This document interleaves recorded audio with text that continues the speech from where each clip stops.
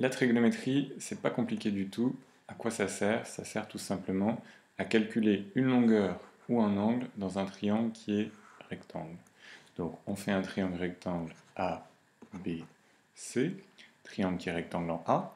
La seule chose qu'il faut comprendre dans ce chapitre qui est vraiment très importante, c'est que là où le côté le plus grand, qui s'appelle comme vous le savez l'hypoténuse, comme dans le théorème de Pythagore, ne bouge jamais, la notion de côté opposé et de côté adjacent n'a de sens que par rapport à l'angle qu'on considère. C'est-à-dire que si on s'intéresse à l'angle B, dans ce cas-là, si c'est l'angle B qu'on considère, le côté qui est ici s'appelle le côté adjacent, comme une rue adjacente qui touche cet angle, et le côté opposé, c'est celui qui est en face. Mais, si jamais c'était l'angle C qu'on avait considéré, dans ce cas-là, celui qui était en face serait devenu le côté opposé, et celui qui aurait été à côté était été le côté adjacent. Donc voilà, ça c'est très important. L'hypoténuse, donc dans un triangle rectangle, c'est toujours celui qui est en face de l'angle droit. En revanche, côté opposé, ça n'a de sens que par rapport à l'angle qu'on considère, et côté adjacent que par rapport à l'angle qu'on considère ici. Ensuite, il y a un petit moyen mnémotechnique que vous avez sans doute déjà entendu, SOHCAHTOA, SOHCAHTOA ou CASOTOA, qui signifie sinus opposé hypoténuse, cosinus adjacent hypoténuse, tangente opposée adjacent. Donc concrètement, qu'est-ce que ça donne? Trois formules. Si on s'intéresse à l'angle B, le sinus de l'angle B, s'il n'y a pas d'ambiguïté, vous pouvez l'écrire avec une seule lettre, mais votre prof préférera que vous en mettiez trois. Sinus de ABC est égal au côté opposé, parce qu'il y a un O ici. Le côté opposé, c'est AC, divisé par l'hypoténuse, parce qu'il y a un H ici, et l'hypoténuse, c'est BC. Idem pour la formule du cosinus. Le cosinus de l'angle, toujours ABC, est égal, d'après cette formule, au côté adjacent sur l'hypoténuse.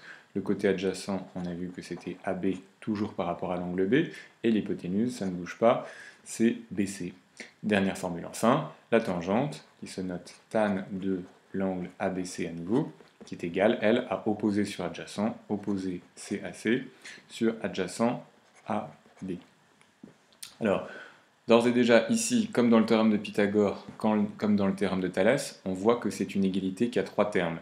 Il y a d'abord un côté, un deuxième côté et un angle. Donc, moralité, soit on nous donne les deux côtés et on va pouvoir avoir l'angle, grâce à une fonction sur la calculatrice qui s'appelle arcsin, arccos, arctan, ou bien on peut nous donner simplement le calcul d'un angle, la valeur d'un angle et d'une longueur, et en faisant le produit en froid, on calculera la deuxième longueur. Donc si vous savez ça, vous savez tout. Petite remarque au passage, c'est que dans la formule de sinus et cosinus, il y a l'hypoténuse. Donc si on nous parle d'hypoténuse, c'est forcément sinus et cosinus. S'il n'y a pas d'hypoténuse qui est fournie ni demandée, ce sera forcément la formule de la tangente. À présent, il suffit juste de voir deux exemples. Le premier qui permet de calculer une longueur. Donc pour ce faire, un autre triangle rectangle. Alors on imagine qu'on a un triangle qui est comme ça. Il s'appelle toujours A, B, C. Il est rectangle en A. Et on imagine que on nous donne la longueur ici AC qui va valoir 5 cm et qu'on nous fournit l'angle ici, par exemple 30 degrés. La question qui est posée, c'est tout simplement la longueur de BC, donc calculer la longueur BC.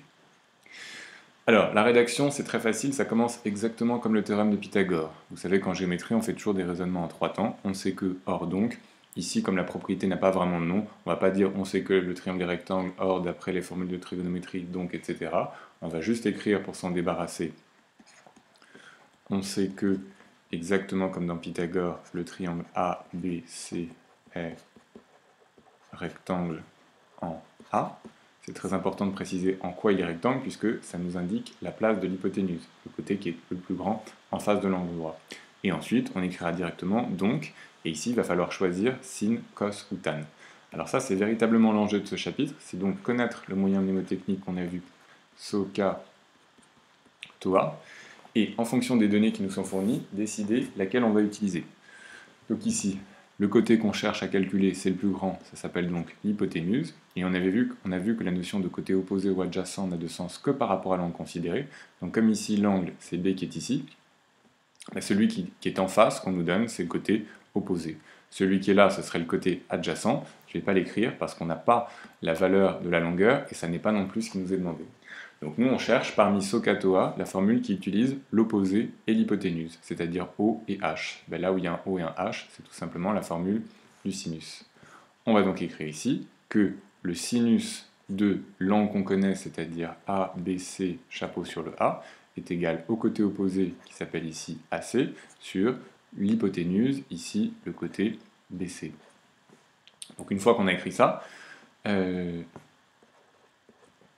trigonométrie en fait c'est fini, maintenant on est juste dans l'application numérique, c'est-à-dire le sinus de 30 degrés est égal à AC qu'on remplace sur BC qu'on cherche, et ensuite il n'y a plus qu'à faire ce qu'on appelle le produit en croix. Comme vous savez, quand on a une fraction qui est sur 1, c'est comme si c'était sur 1, et on va donc avoir sinus 30 fois la longueur BC qui est égale à 5, sous-entendu 5 fois 1.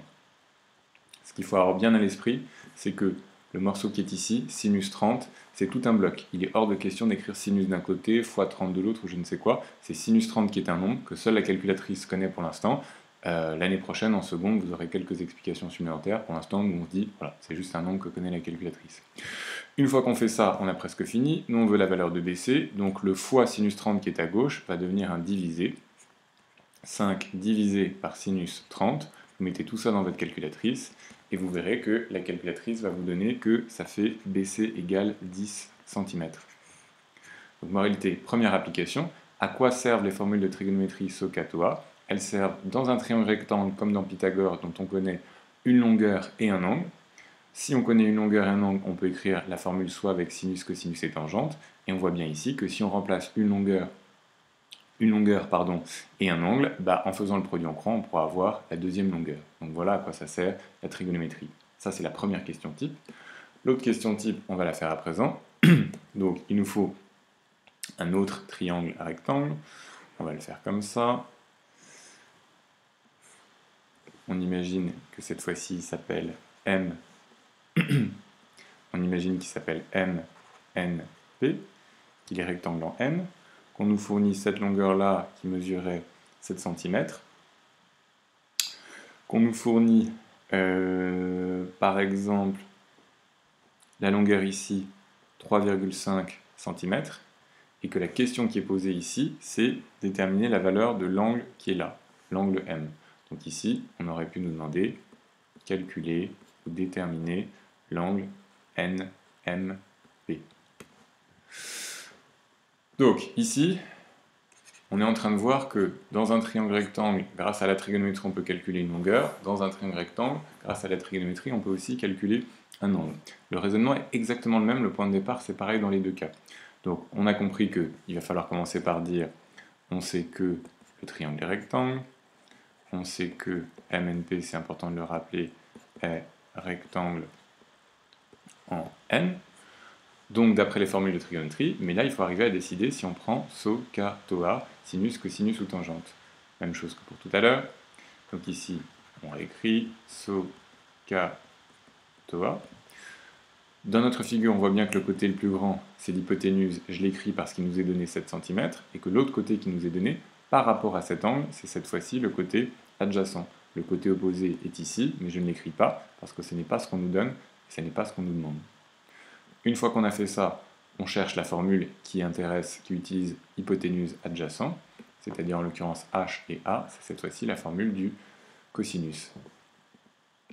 On écrit donc que le cosinus de l'angle qui nous intéresse, NMP, qui est ici en violet, est égal à, ça va être tout simplement le quotient entre adjacent et hypoténuse. Adjacent, c'est MN d'après notre figure, et hypoténuse, c'est MP. Donc tout le début est pareil. On sait que le triangle est rectangle, donc on choisit cosinus, sinus ou tangente en fonction des données qui nous sont fournies, et on écrit cosinus de l'angle égale truc sur truc. Et à présent, on va tout simplement remplacer. Donc, cosinus de l'angle qu'on cherche, si on ne le connaît pas, donc on ne peut pas remplacer. MN, le côté adjacent, c'est 3,5. MP, c'est 7. On n'a même pas besoin de savoir quelle est la valeur de ce quotient, 3,5 sur 7. Là, il y a quelque chose qu'il faut que vous appreniez par cœur, qui est que on va écrire, d'après la calculatrice, le cos qui est de ce côté va entre guillemets disparaître, apparaître de l'autre côté, sous forme de arccos. Donc là, malheureusement, on ne peut pas avoir plus d'explications en troisième, c'est ce qu'on appelle la fonction réciproque de cosinus. Ce truc-là n'est pas à écrire sur votre copie de contrôle parce que la fonction n'a pas été donnée dans le cours. C'est juste une manipulation de calculatrice que vous obtiendrez sur votre calculatrice en faisant seconde cos, ça fera apparaître arccos, on peut le faire avec arcsin et avec arctan. Et ça nous donnera que NMP, si vous tapez arccos de 3,5 sur 7, vous allez trouver que tout simplement ça fait 60 degrés. Donc là, ici, c'est peut-être le seul point qui est un tout petit peu embêtant. Il y a un petit truc à prendre par cœur. Le cos passe de l'autre côté, devient arccos. On ne l'écrit pas, on met juste dans la calculatrice arccos de le quotient qu'on a trouvé et ça nous donne la valeur de l'angle. Je récapitule. Qu'est-ce qu'on peut faire avec la trigonométrie? Soit on nous donne une longueur et un angle et on peut, grâce à SOHCAHTOA, sinus, etc., écrire l'égalité, faire le produit en croix et avoir une deuxième longueur. Soit on peut, dans l'égalité qui est ici, nous donner non pas un angle et une longueur, mais au contraire les deux longueurs, et grâce à la fonction arccos, arcsin et arctan, en faisant disparaître entre guillemets le cos d'un côté et apparaître arccos de l'autre, obtenir la valeur de l'angle.